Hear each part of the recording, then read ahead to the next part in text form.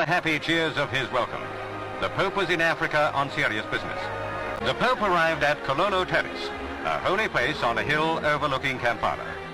There, he and 50 other bishops and cardinals were to celebrate an all-African Mass at the vast 5,000 square foot altar to mark the consecration of 12 black bishops. It was a moving and meaningful service within a faith that in Africa is changing, seeking to break its identification with the colonial past and find its place within the emerging nations.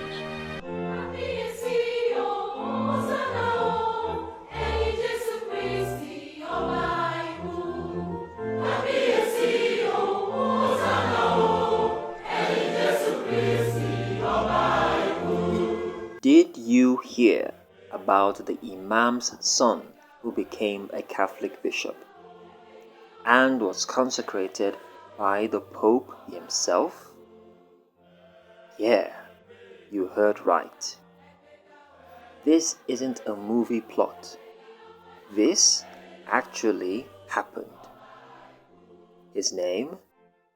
Bishop Anthony Sanusi. And believe me, his story is wild in the most inspiring way possible. So buckle up, because we are diving into the unbelievable journey of a boy from a Muslim household in southwestern Nigeria who would one day stand beside Pope Paul VI and changing the face of the Nigerian Catholic Church forever.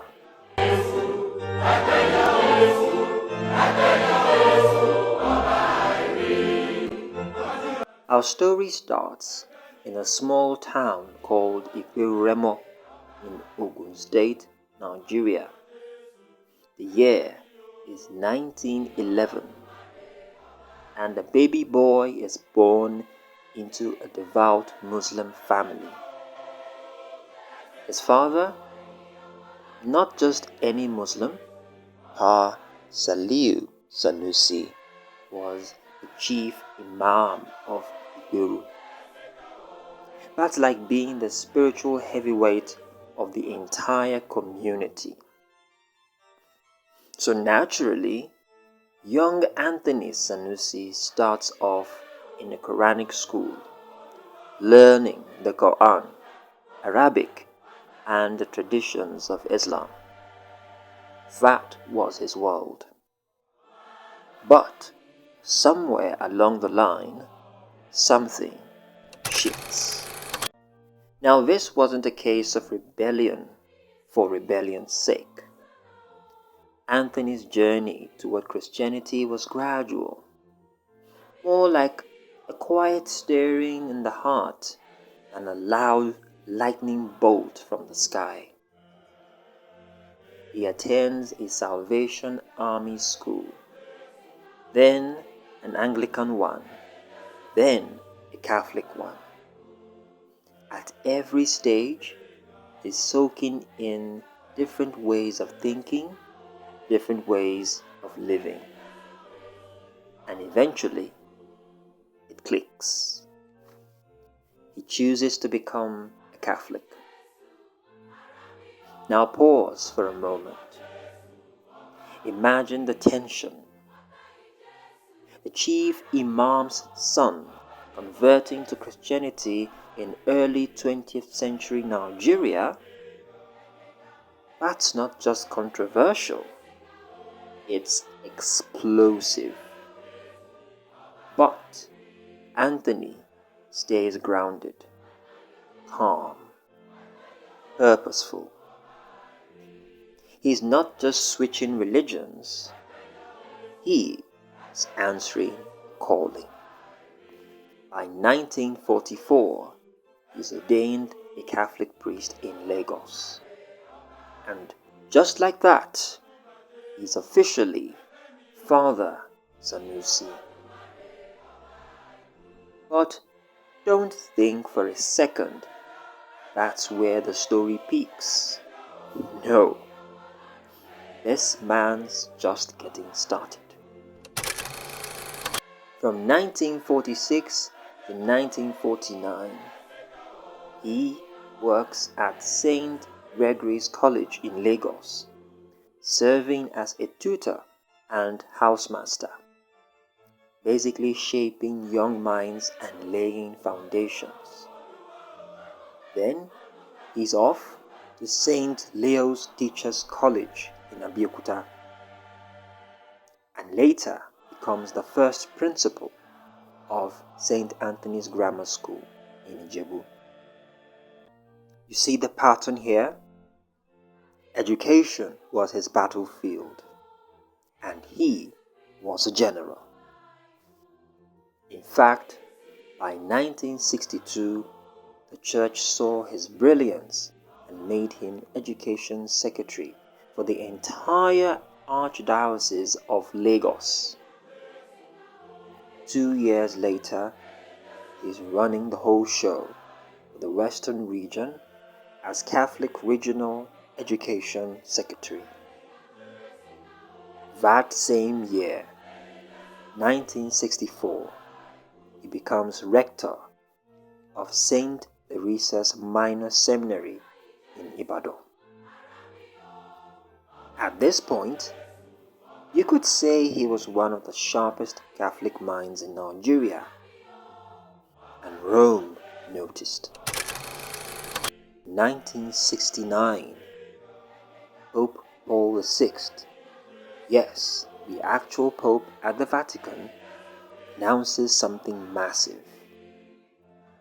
A brand new Catholic diocese has been created, Ijebu-Ode, and guess who he appoints as its first bishop?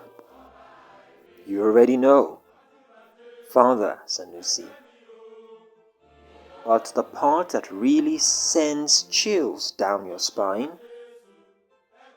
his consecration didn't just happen in some quiet cathedral. No, this happened in Kampala, Uganda, during Pope Paul VI's historic visit to Africa. It was the first time a pope ever stepped foot on the continent, and right there, in front of thousands, Pope Paul VI personally consecrated Bishop Anthony Sanusi. Imagine that. A boy from Iperu, once reading Arabic verses in a Quranic school, now kneeling before the Pope in East Africa, receiving the power and blessing of a Catholic bishop. Unreal. As bishop, Sanusi didn't waste time. He built, he organized, he planted seeds, literally and figuratively. Under his leadership, the Diocese of Ijebu-Ode exploded into life. He established 6 secondary schools and 46 primary schools. That's not typo. 46. And you know what else? He laid the groundwork for the Missionary Society of St. Paul, a powerful movement of African missionaries taking the gospel across the globe. His vision was bigger than Ijebu, bigger than Nigeria. He was thinking Catholic, universal, global. Bishop Sanusi served faithfully until 1990, when he finally retired. But even in retirement, he remained a giant in the Nigerian church. Calm, wise, respected, a spiritual father. Bishop Anthony Sanusi passed away in 2009 at the incredible age of 98. At the time of his death, he was the oldest Catholic bishop in Nigeria. But beyond the age, the titles, the accolades, what really matters is the journey from Quranic school to cathedral, from Imam's son to Catholic bishop, from Iperu Remo to the hands of the Pope himself. Bishop Sanusi's story isn't just inspirational, it's proof that the call of God knows no boundaries. It crosses religions, cultures, expectations. It rewrites history.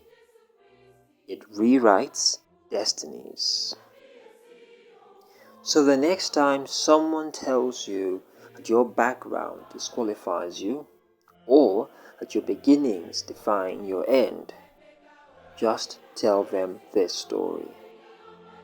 Tell them about the boy from Iperu who became a bishop, consecrated by the Pope.